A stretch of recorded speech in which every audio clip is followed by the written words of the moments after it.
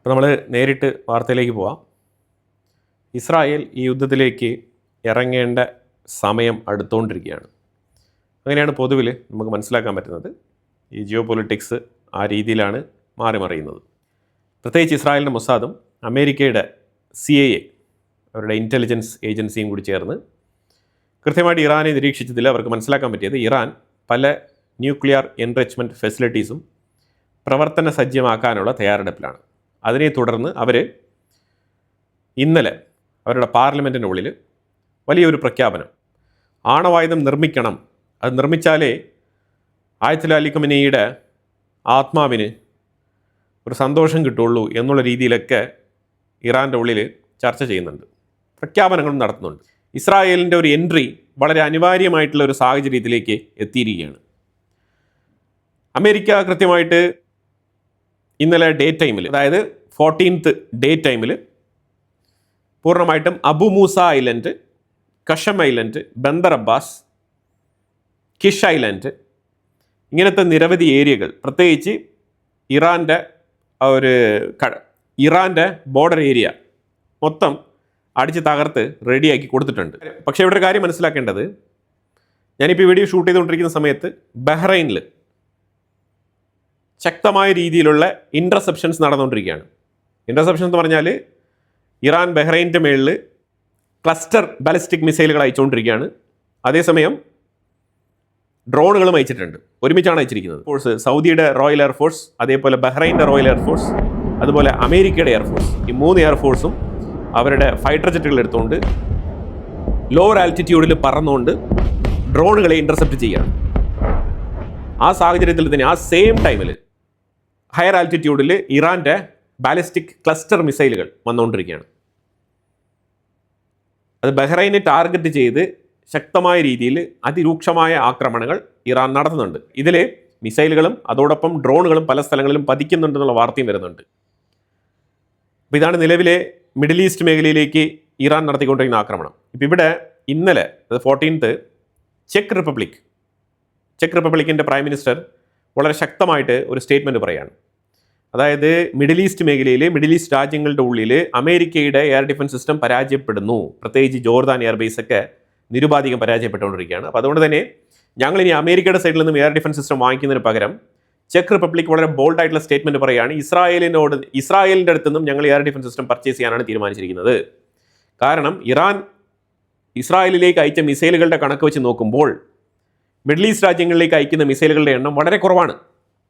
നിലവിൽ ജോർദാൻ്റെ ഉള്ളിൽ അയക്കുന്ന മിസൈലുകളുടെ എണ്ണം ആയിക്കോട്ടെ, ബഹ്റൈൻ്റെ ഉള്ളിൽ അയക്കുന്ന മിസൈലുകളുടെ എണ്ണം ആയിക്കോട്ടെ, അതേപോലെ ഇപ്പോൾ ഖത്തർ, അതേപോലെ കുവൈറ്റിൻ്റെ ഉള്ളിൽ അയക്കുന്ന മിസൈലുകളുടെ എണ്ണം ആയിക്കോട്ടെ. കുവൈറ്റിലൊക്കെ ഇപ്പോൾ നിങ്ങൾ നോക്കൂ, കുവൈറ്റ് ഇന്നലെ അവരുടെ മിനിസ്ട്രി പുറത്തിറക്കിയ റിപ്പോർട്ടിൽ 5 ക്രൂയിസ് മിസൈൽ, 2 ബാലിസ്റ്റിക് മിസൈൽ, ഏതാണ്ട് 50+ ഡ്രോൺ, അൺമാൻഡ് ഏരിയൽ വെഹിക്കിൾ, ഇതാണ് അയച്ചത്. എന്നാൽ അതിലും തന്നെ ഒരു ഡ്രോൺ വലിയ രീതിയിലുള്ള അപകടം അവിടെ ഉണ്ടായിട്ടുണ്ടായിരുന്നു. അതായത് ഇത്തരത്തിൽ ചെറിയ നമ്പേഴ്സിലുള്ള മിസൈലുകളെ പോലും അമേരിക്കയുടെ എയർ ഡിഫൻസ് സിസ്റ്റം പ്രതിരോധിക്കുന്നില്ല. ഇതാണ് ചെക്ക് റിപ്പബ്ലിക്കിൻ്റെ വെളിപ്പെടുത്തൽ. പക്ഷേ ഇസ്രായേൽ അങ്ങനെയല്ല. ഇസ്രായേൽ 100 കണക്കിന് മിസൈലുകൾ വരുമ്പോഴത്തേക്കാണ് 1-2 മിസൈലുകൾ പതിക്കുന്നത്. പിന്നെ ഇസ്രായേലിലേക്ക് അവർ അയക്കുന്നത് ക്ലസ്റ്റർ ബോംബുകളാണ്. ഈ ക്ലസ്റ്റർ വാർഗട്ടുകളുള്ള മിസൈലുകൾ അയക്കുമ്പോഴത്തേക്കും ഉണ്ടാകുന്ന ആ ഒരു പ്രശ്നം എന്ന് പറഞ്ഞാൽ, സ്പെസിഫിക് ഏരിയയിൽ ഇത് വീഴുന്ന സ്ഥലത്ത് മാത്രമാണ് ഇമ്പാക്റ്റ് ഉണ്ടാകുന്നത്. അത് മാസീവായിട്ടൊരു പൊട്ടിത്തെറി, ബ്ലാസ്റ്റ് ഉണ്ടാകുന്നില്ല. അത് ശരിക്കും ഇറാൻ ഒരു നഷ്ടക്കച്ചവടമാണ്. പക്ഷേ എന്നാലും അവർ മിസൈൽ ആക്രമിച്ചു, 1-2 സ്ഥലങ്ങളിലൊക്കെ പതിച്ചു എന്നുള്ള രീതിയിലൊക്കെ വരുത്തി തീർക്കാൻ പറ്റും. അതായത് അവരുടെ ഒരു ഇമേജ് ബിൽഡപ്പ് ചെയ്ത് നിർത്താനാണ് അവർ ഈ ക്ലസ്റ്റർ മിസൈലുകൾ അയക്കുന്നത്. കാരണം അവർ സിംഗിൾ മിസൈൽ അയച്ചു കഴിഞ്ഞാൽ ഇൻ്റർസെപ്റ്റ് ചെയ്യപ്പെടും. അതിപ്പോൾ ബഹ്റൈൻ്റെ ഉള്ളിൽ അവർ 2 ഒരേ ടൈമിൽ ഡ്രോണുകളും അതേസമയം മിസൈലുകളും ഒരുമിച്ച് ആക്രമണം നടത്തിക്കൊണ്ടിരിക്കുകയാണ്. കാരണം അവർ ഇത്രയും നാളും നടത്തിയ ആക്രമണം അവർക്ക് ഉപകാരപ്പെടുന്നില്ല, എല്ലാം വട്ടപൂജ്യമായിട്ട് മാറിക്കൊണ്ടിരിക്കുകയാണ്. ഇറാൻ നിരന്തരം അവരുടെ ആക്രമണത്തിൽ പരാജയപ്പെട്ടുകൊണ്ടിരിക്കുകയാണ്. അപ്പോൾ അതിൽ ഏതെങ്കിലും തരത്തിലൊന്ന് വിജയം നേടണം എന്നുണ്ടെങ്കിൽ, ഞാൻ പറഞ്ഞല്ലോ, ഓൾറെഡി പറഞ്ഞു കഴിഞ്ഞു, അവരുടെ കയ്യിലുള്ള അവരുടെ ഡിഫൻസ് ഡിറ്ററൻസ് എന്ന് പറയുന്നത് ഈ മിസൈലുകളും ഈ ഡ്രോൺ സിസ്റ്റമാണ്. അതാണിപ്പോൾ അവർ ഒരുമിച്ചെടുത്ത് പ്രയോഗിക്കുന്നത്. അറ്റകൈ പ്രയോഗമാണ്.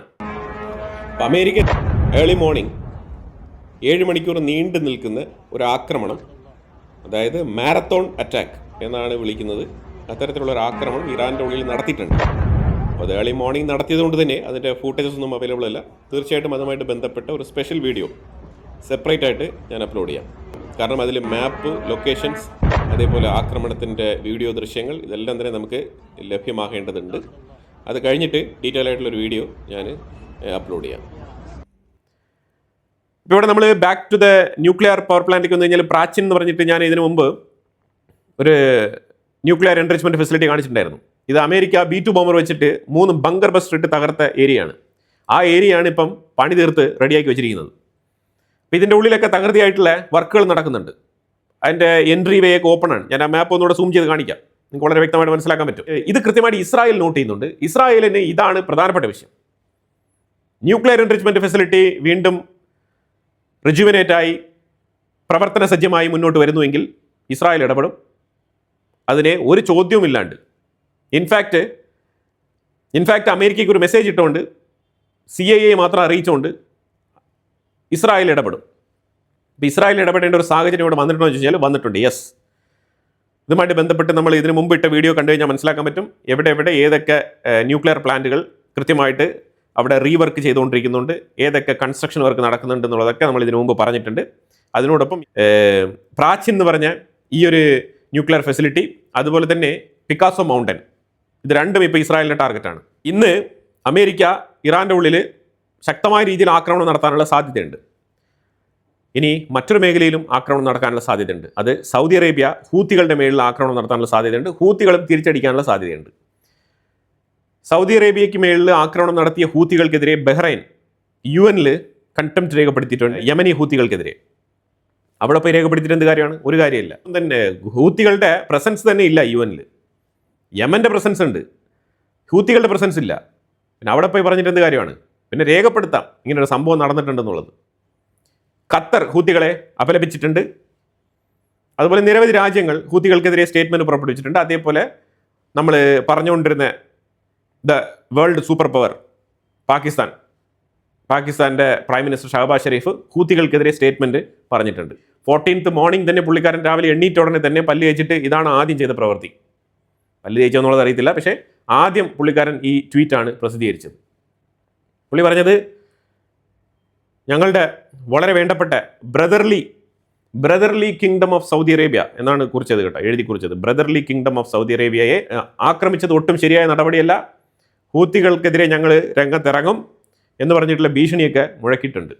ഹൂത്തികൾ ഉടനെ തന്നെ പേടിച്ച് വരണ്ട് മാറി നിൽക്കുകയാണ്.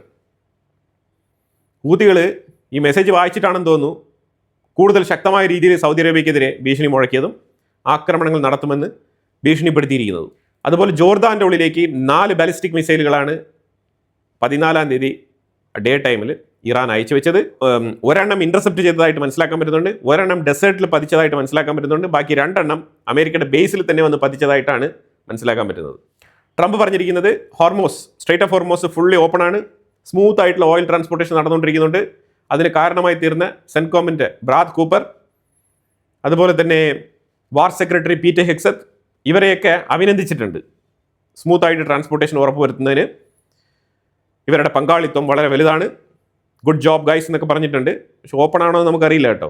14-ാം തീയതി രാത്രി വരെ ഓപ്പൺ അല്ല, 14-ാം തീയതി ടു 15-ാം തീയതി, അതായത് 14th to 15th night traffic വളരെ കുറവായിരുന്നു. ഞാൻ ഈ വീഡിയോ പബ്ലിഷ് ചെയ്യുന്ന സമയത്ത് വല്ലതും ഓപ്പണായി കപ്പലുകൾ എണ്ണയും കൊണ്ട് പോകുന്നുണ്ടോ എന്നുള്ളത് നമുക്കറിയില്ല. ഖത്തർ ഓൾറെഡി തന്നെ അവരുടെ ഷിപ്മെന്റ് നിർത്തി കഴിഞ്ഞു. ട്രംപ് പറഞ്ഞിരിക്കുന്നത് ഇറാൻ്റെ കപ്പലുകൾക്ക് മാത്രം, ഇറാൻ്റെ ഉള്ളിലേക്കോ ഇറാനിൽ നിന്നും പുറത്തേക്കോ പോകുന്ന കപ്പലുകളെ ഞങ്ങൾ തടയും എന്നാണ് അമേരിക്ക പറഞ്ഞിരിക്കുന്നത്. ഇതേ അമേരിക്കയാണ് ഇന്ത്യയുടെ കപ്പലുകളെ ആക്രമിച്ചത്. ഇന്നലെ IRGC മറ്റൊരു കപ്പലിനെതിരെ ആക്രമണം നടത്തിയിട്ടുണ്ട്. 8 ഇന്ത്യക്കാർക്ക് പരിക്കുണ്ട്. പിന്നെ ഇതിനു മുമ്പ് ആക്രമിക്കപ്പെട്ട 2 കപ്പലുകളിൽ 2 ഇന്ത്യക്കാർ കൊല്ലപ്പെട്ടിട്ടുമുണ്ട്. ഇതാണ് നിലവിലെ സ്ട്രേറ്റ് ഓഫ് ഹോർമൂസിലെ കാഷ്വാലിറ്റിയുമായിട്ട് ബന്ധപ്പെട്ട് ഇന്ത്യയുമായിട്ട് ബന്ധപ്പെട്ട് പറയാനുള്ളത്. അതുപോലെ അറബ് രാജ്യങ്ങൾ അമേരിക്കയ്ക്ക് ഒരു ഓഫർ. ട്രംപ് സാർ നിങ്ങൾ എന്തിനാണ് ഇപ്പോൾ ഈ 20% താരിഫൊക്കെ നിങ്ങൾ ഈടാക്കുന്നത്? ഇത് നിങ്ങൾക്ക് തന്നെയാണ് പേരുദോഷം ഉണ്ടാക്കുന്നത്. കാരണം എനിമീസ് അവരും താരിഫ് കളക്ട് ചെയ്യുന്നുണ്ട്, നിങ്ങളും പണപ്പിരിവ് നടത്തുന്നുവെങ്കിൽ പിന്നെ ഈ സ്ട്രേറ്റ് ഓഫ് ഹോർമൂസിൽ ഇപ്പോൾ ഈ യുദ്ധം നടത്തുന്നതിന് എന്താണ് അർത്ഥം? ഒരു അർത്ഥമില്ല. സോ നിങ്ങൾക്ക് ഞങ്ങളൊരു ഗുഡ് ഓപ്പർച്യൂണിറ്റി തരാം. മിഡിൽ ഈസ്റ്റ് രാജ്യങ്ങൾ നോക്കൂ, ലുക്ക് അറ്റ് ദ മാപ്പ്. ഇതിൽ നിരവധി പൈപ്പ് ലൈനുകളുടെ ആവശ്യമുണ്ട്. ഈ പൈപ്പ് ലൈൻ എല്ലാം തന്നെ അമേരിക്കൻ കമ്പനിക്ക് ഞങ്ങൾ കോൺട്രാക്ട് തരാം, നിങ്ങളിവിടെ ഇൻവെസ്റ്റ്മെൻറ്റ് നടത്തിക്കോളൂ, ഇതിൽ വരുന്ന ലാഭം നിങ്ങൾക്ക് കിട്ടും. അത് വെച്ചിട്ട് നിങ്ങൾക്ക് യുദ്ധത്തിലുണ്ടാകുന്ന നഷ്ടം നികത്താനുള്ള സാഹചര്യം ഒരുങ്ങുന്നുണ്ട്. ഞങ്ങൾ എണ്ണ കമ്പനികളിലും നിങ്ങൾക്ക് പാർട്ട്ണറാവാം. സോ വളരെ ഈസി ആയിട്ട് സ്മൂത്തായിട്ട് പ്രശ്നം പരിഹരിക്കാമല്ലോ. അതിന് വേണ്ടിയിട്ട് നിങ്ങൾ 20% ഇപ്പം ഈ സ്ട്രേറ്റ് ഓഫ് ഹോർമസിൽ പിരിച്ചെടുക്കുകയാണെന്നുണ്ടെങ്കിൽ നിങ്ങൾക്കും ഇറാനും തമ്മിൽ എന്ത് വ്യത്യാസമാണ് ഉള്ളത്? അത് മാത്രമല്ല, പേര് ഗ്ലോബലി നിങ്ങൾക്ക് ഒരു മോശം പേരുണ്ടാവും. അപ്പോൾ അതിന് വഴിയൊരുക്കുന്നതിന് പകരം ഇത്തരത്തിൽ ഇൻവെസ്റ്റ്മെന്റുമായിട്ട് ബന്ധപ്പെട്ട വിഷയത്തിലേക്ക് വരുന്നതല്ലേ നല്ലത് എന്നുള്ള രീതിയിൽ ഒരു ഉപദേശം കൊടുത്തിട്ടുണ്ട്. അപ്പോൾ അതിനെ തുടർന്ന് ട്രംപ് 20% ഞാൻ സർവീസ് ഫീ ഈടാക്കുന്നില്ല എന്നാണ് പറഞ്ഞിരിക്കുന്നത്. അപ്പോൾ 20% ഫീ എടുത്ത് മാറ്റിയിട്ടുണ്ട്.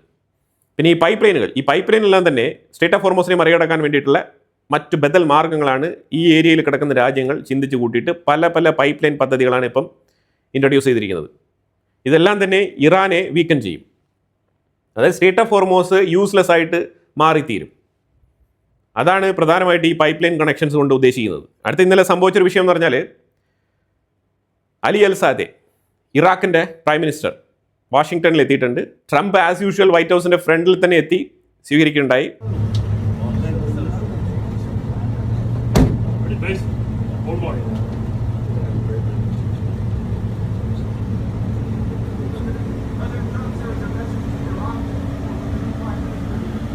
Love Iraq, and they're well represented. This man just won a big election. They are very well represented. I can tell you that. Thank you very much. വളരെ നിർണായകമായിട്ടുള്ള ചർച്ചകളൊക്കെ അവിടെ നടക്കുന്നുണ്ട്. പ്രത്യേകിച്ച് ഇറാൻ്റെ തൊട്ടടുത്ത് കിടക്കുന്ന രാജ്യമാണ് ഇറാഖ്. അപ്പോൾ ഇറാഖിന് വലിയ സ്ഥാനമുണ്ട്. അപ്പോൾ ഇറാഖിനെ എങ്ങനെയാണ് അമേരിക്കയുടെ പരിധിയിൽ കൊണ്ടുവന്ന് നിർത്തുക?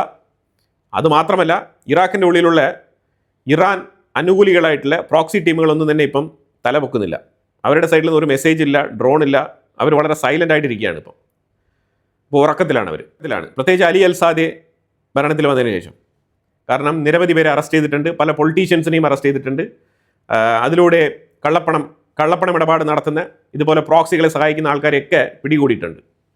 കാരണം ഈ പണമൊഴുക്ക് തടഞ്ഞു കഴിഞ്ഞാൽ പ്രധാനപ്പെട്ട പ്രശ്നങ്ങൾക്ക് ഒരു പരിഹാരമാവും. രാജ്യത്തിനെ നേർവഴിക്ക് നയിക്കാൻ വേണ്ടിയിട്ട് എന്നുള്ളതിൻ്റെ പേരിൽ ഈ കള്ളപ്പണം ഇടപാട് മൊത്തത്തിൽ തടഞ്ഞതോടുകൂടി ഈ പ്രോക്സികൾ ഇച്ചിരി അടങ്ങി ഒതുങ്ങിയിരിക്കുകയാണ്. കുർദിഷ് ടീമുകളെ ഇറാൻ്റെ ഉള്ളിലേക്ക് ഇറക്കി വിടാനുള്ള പ്ലാൻ അമേരിക്കയ്ക്ക് ഉണ്ടോ എന്ന് ചോദിച്ചു കഴിഞ്ഞാൽ ഒരു 60% മാത്രമാണ് അതിൻ്റെ സാധ്യതകൾ. പക്ഷേ ഇവിടെ ഇസ്രായേൽ റെഡി ആയിട്ടിരിക്കുകയാണ്. ഇതിനു മുമ്പ് ഇസ്രായേലിൻ്റെ സീക്രട്ട് എയർബേസ് ഉണ്ടായിരുന്നു ഇറാഖിൻ്റെ ഉള്ളിൽ. അതുപോലെ മറ്റേതെങ്കിലും തരത്തിൽ ഇസ്രായേലിനെ സഹായിക്കുന്ന രീതിയിലുള്ള എയർബേസുകൾ ഇനിയിപ്പോൾ ഇറാഖിൻ്റെ ഉള്ളിൽ ഉണ്ടോ സീക്രട്ടായിട്ടെന്നുള്ളത് നമുക്കറിയില്ല. ഇറാഖ് പ്രൈം മിനിസ്റ്ററിൻ്റെ അമേരിക്കൻ സന്ദർശനം പല രീതിയിലുള്ള ചോദ്യങ്ങൾ ഉയർത്തുന്നുണ്ട്. അത് ഇറാനും ഉയർത്തുന്നുണ്ട്, മിഡിൽ ഈസ്റ്റ് രാജ്യങ്ങൾക്കും ഉയർത്തുന്നുണ്ട്. എന്താണ് ഇറാഖ് വഹിക്കാൻ പോകുന്ന റോൾ? അത് വളരെ ക്രൂഷ്യലായിട്ടുള്ള ഒരു ക്വസ്റ്റ്യൻ ആണ്. വൈറ്റ് ഹൗസിൻ്റെ റിപ്പോർട്ടും കാര്യങ്ങളൊക്കെ വന്നതിന് ശേഷം മാത്രമേ നമുക്ക് അതുമായിട്ട് ബന്ധപ്പെട്ട ഒരു വിലയിരുത്തൽ നടത്താൻ പറ്റുകയുള്ളൂ. ഇപ്പം നിലവിൽ മീറ്റിംഗ് നടന്നുകൊണ്ടിരിക്കുകയാണ്. എന്തായാലും ഇറാന് നല്ലതല്ല ഇറാഖിൻ്റെ ഈ ഒരു അമേരിക്കൻ അടുപ്പം, അത് ഉറപ്പാണ്. ഇനി അടുത്ത കോമഡി എന്ന് പറഞ്ഞാൽ മുജ്തബ ഖൊമേനി ഒരു 90% ജീവിച്ചിരിക്കുന്നില്ല എന്ന് അമേരിക്ക ഉറപ്പിച്ചു കഴിഞ്ഞു. ട്രംപും എഴുതി പോസ്റ്റ് ചെയ്ത് കഴിഞ്ഞു.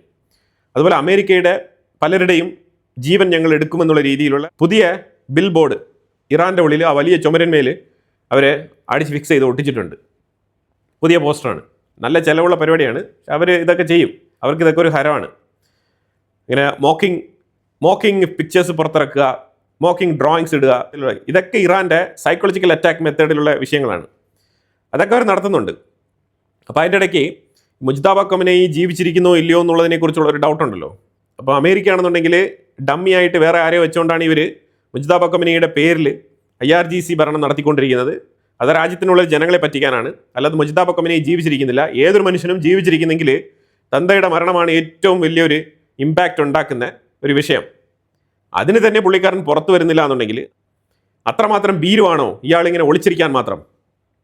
അപ്പോൾ തീർച്ചയായിട്ടും അയാൾ ജീവിച്ചിരിക്കുന്നില്ല എന്ന് തന്നെയാണ് അമേരിക്ക വിലയിരുത്തുന്നത്. അതാണ് ട്രംപ് 90% നോ മോർ മുജ്തബ എന്നുള്ള രീതിയിൽ പോസ്റ്റ് ചെയ്തത്.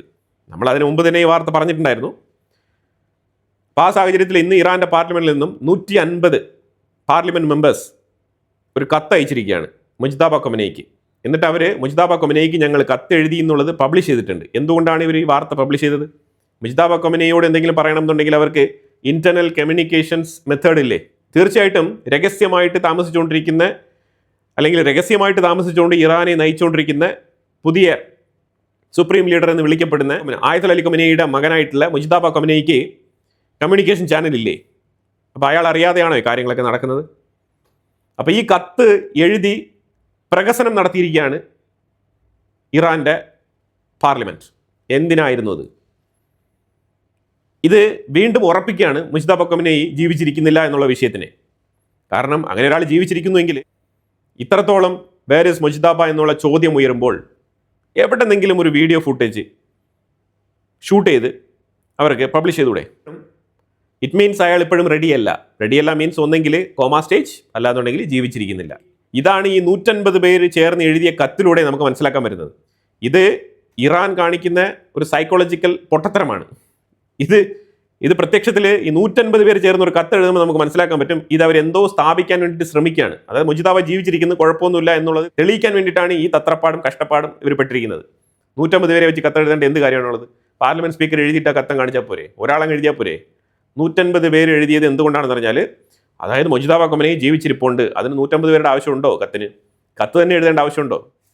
ഇസ്രായേലിൻ്റെ ബെൻഗുരിയൻ എയർപോർട്ടിൽ നിന്നും അമേരിക്ക കുറേയധികം എയർക്രാഫ്റ്റ് റീഫ്യൂവലിംഗ് ടാങ്കർ എയർക്രാഫ്റ്റുകളെ കൊണ്ടുപോകാൻ ശ്രമിച്ചിട്ടുണ്ടായിരുന്നു. കുറച്ചൊക്കെ കൊണ്ടുപോയി, പക്ഷേ ബാക്കിയുള്ളത് അവിടെ തന്നെ വെച്ചിട്ടുണ്ട്. കാരണം നിലവിൽ ആവശ്യമുണ്ടത്രേ. മിഡിൽ ഈസ്റ്റിൽ ആവശ്യമുണ്ടെന്നുള്ള മെസ്സേജ് ഇസ്രായേലിന് കൊടുത്തുകൊണ്ട് അതെല്ലാം ഇസ്രായേലിൻ്റെ ബെൻഗുരിയൻ എയർപോർട്ടിൽ തന്നെ വീണ്ടും ഒക്കുപ്പൈ ചെയ്ത് വെച്ചിരിക്കുകയാണ്. ഈ അഹമ്മദ് നിജാദ് എന്ന് പറഞ്ഞ ഇറാൻ്റെ മുൻ പ്രസിഡന്റ്, അയാൾക്കാണ് മൊസാദുമായിട്ട് ബന്ധമുണ്ടെന്ന് പറഞ്ഞിട്ട് ഇസ്രായേൽ ഒരു വെളിപ്പെടുത്തൽ നടത്തിയിരുന്നത്. അപ്പോൾ അതിന് IRGC പറഞ്ഞിരിക്കുന്നത് അയാളുടെ ഒരു വീഡിയോ ഫുട്ടേജൊക്കെ എടുത്ത് പബ്ലിഷ് ചെയ്തിട്ട് അയാൾ ആയത്തുൽ അലി ഖമേനിയുടെ ഫ്യൂണറൽ സെറമണിക്കൊക്കെ പങ്കെടുത്തിട്ടുണ്ടായിരുന്നു. ആ വീഡിയോ ഫുട്ടേജസ് ഒക്കെ എടുത്ത് ആ സെയിം വീഡിയോ തന്നെ ഇവർ പബ്ലിഷ് ചെയ്തിട്ട് അയാൾ വളരെ ഫ്രീ ആയിട്ടാണ് ഇവിടെ നടക്കുന്നത്, നിങ്ങളുടെ ആരോപണങ്ങൾക്കൊത്ത് ഞങ്ങളുടെ ലീഡേഴ്സിനെ ഞങ്ങൾ സംശയിക്കില്ല എന്നുള്ളൊരു സ്റ്റേറ്റ്മെൻറ്റാണ് IRGCയുടെ സൈഡിൽ നിന്ന് വന്നിരിക്കുന്നത്. വളരെ നല്ല കാര്യം. കാരണം മൊസാദ് ഇങ്ങനെ പലരുടെയും പേര് പറയും. അവരെയെല്ലാം വീട്ടുതടങ്കലിൽ വെച്ചിട്ട് പൂട്ടാൻ തുടങ്ങി കഴിഞ്ഞാൽ ഇറാൻ്റെ ഉള്ളിൽ പകുതി മുക്കാൽ ലീഡേഴ്സിനെയും പൂട്ടിയിടേണ്ടി വരും. അപ്പോൾ അതുകൊണ്ട് മൊസാദിൻ്റെ സ്റ്റേറ്റ്മെൻറ്റ് സീരിയസ് ആയിട്ട് കരുതാതെ കൂളായിട്ട് മുന്നോട്ട് പോകുന്നതാണ് IRGCക്ക് നല്ലത്. ഇല്ലാന്നുണ്ടെങ്കിൽ പല നേതാക്കളെയും ഇതേപോലെ വീട്ടുതടങ്കലിൽ പാർപ്പിക്കേണ്ടി വരും.